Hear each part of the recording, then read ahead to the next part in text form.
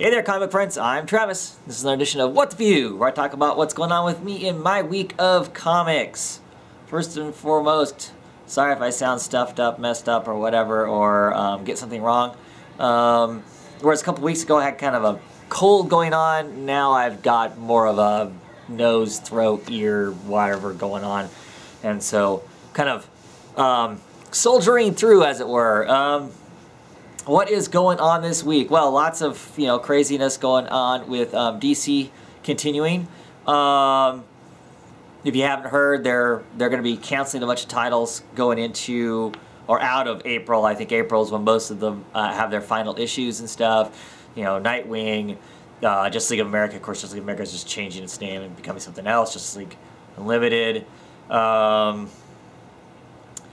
Titans. I know there's more, and I'm drawing a blank right now. But anyway, bunch of that stuff. Kind of curious. I'm sure it was planned to some degree because it's coming out of the tail end of Forever Evil. So of course, this is a kind of an organic time to maybe change some of this stuff up or shift it. Oh, Suicide Squad. That's another one that I know that's going away. To shift the stuff and maybe tell something new. But I also wonder how much of it is DC feeling the pressure from Marvel and I guess maybe Image too, with the barrage of #1s that are hitting, and those #1s always sell better than anything else does. So, all these new #1s that Marvel's kicking around all the time now with their Marvel Now, Point Now stuff. If that's one of the reasons why they're doing it too, because they're canceling these. They're going to keep 52 books around, I believe. So they're going to stir up some new books. Some new #1s, get some more new blood in there and whatnot. I don't know. Kind of curious about that to see if that's part of what's going on with that whole thing. If that's part of the business plan of it, which is always interests me some too, and whatnot. Let's see what else is going on in the comic world. I follow a bunch of people on Twitter. Well, probably way more people than I should because I can't keep track of everybody. I follow a few of the creators, and it's been kind of interesting. There's been this kind of conversation that's been kind of drifting around. Nobody really having a conversation with each other, per se, but just comments. And some of the comments have been along the lines of, and it has to do with the whole Image and how many books are coming out from Image, and how big this whole creator-owned, quote-unquote, thing is going right now. And some of the creators were commenting on the fact that, if you don't have a book coming out in 2014 under, Image or one of these other independent books, you're going to miss the bubble. And other creators commenting on the fact that they're worried that this is a bubble, that all of this creator-owned stuff is going to come pushing out right now, and it's all going to, at some point here, it's all going to burst and be ugly, and then everyone's going to back away from independent comics and not buy any independent comics. Which is an interesting conversation, too. I don't know that I 100% buy into either one of those things. Either one of those is 100% gonna happen. But I have been kind of wondering about that. Man, it's this huge, let's call it a golden age or whatever of Image Comics and all this different stuff coming out and whatnot, and I guess there's a fair amount of criticism that it's not really different. Most of the stuff that's coming out from Image tends to be either detective or horror based or science fiction, right? It's not like there's any other real genres out there. It doesn't seem to be a whole lot of, anyway. But it is an interesting question. I see it slowing down. I see there being kind of we're going to reach a point where enough books are going to come out maybe that aren't good, but right now a lot of them are good. But if we start getting enough mediocre books that people feel like that they maybe skipped out on something else they might have liked from the big two or whatever to get some of these independent books, and some of those independent books end up being flat, I think that'll be the start of a turning point. Unless we realistically look at it, how many mediocre books do we accept, buy, or read from the big two? So I'm kind of the opinion we should give those creator-owned books a little more of a shot, or try more of them out, and not shy away from that part of the comic book world, because you get one or two books that aren't good. I mean, because you think about all the books we've gotten that are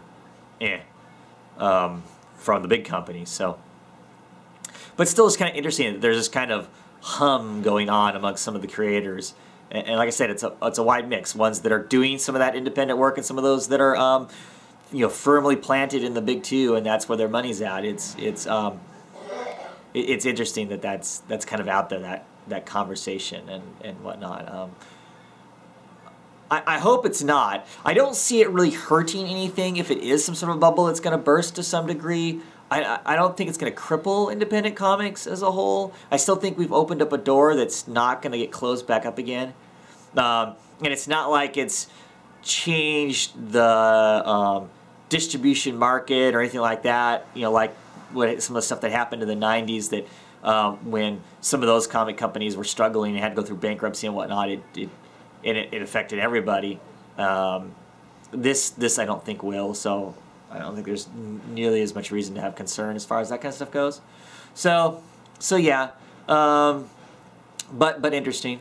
Let's see. I can't think of any other real comic book news. Mostly that has to do with the fact is that my head is kind of thumping as I'm sitting here talking.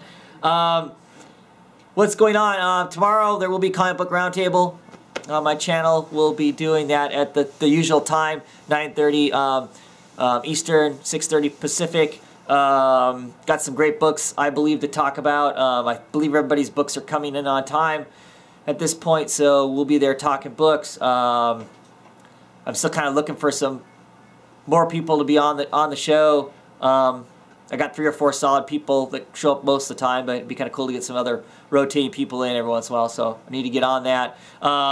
Speaking of getting on things, also this weekend, Saturday, late night for most of you people, reasonably night time for you West Coast people. 8:30 on my channel, we'll be having the second comic book parfait. I'll be hosting that show with my esteemed guests, i.e. my friends that I talk comics with. We'll be talking about some different books. We've got quite a mix of different things, I believe. So it should be a good time. I really always enjoy that. We'll just be, each one of us, there's 5 of us showing up. Each one of us are bringing our own little book or miniseries or whatever we want to talk about. And we're going to talk a little bit about that, and then we'll have some subject of the day at the end of the hangout that we'll talk about also. But yeah, if you want to tune in live, that's awesome. For that hangout, we'll attempt to converse with the audience, but that show can sometimes go really long, so I don't know how much we'll do that. But I am really trying. Hopefully I'm improving. You guys can let me know. Improving on us paying attention to the comments that go on during the Comic Book Roundtable on Fridays, because we do want you to participate. You are part of why we're there and why we're talking about the books and stuff, so it's always good to get some other people's lowdown on what's going on. Anyway, I think that's it, because, yeah, I'm just kind of feeling kind of addled. So, thanks for watching, and we'll catch you here at some point in the week. I got reviews and all that other kind of good stuff. Have a good one, everybody.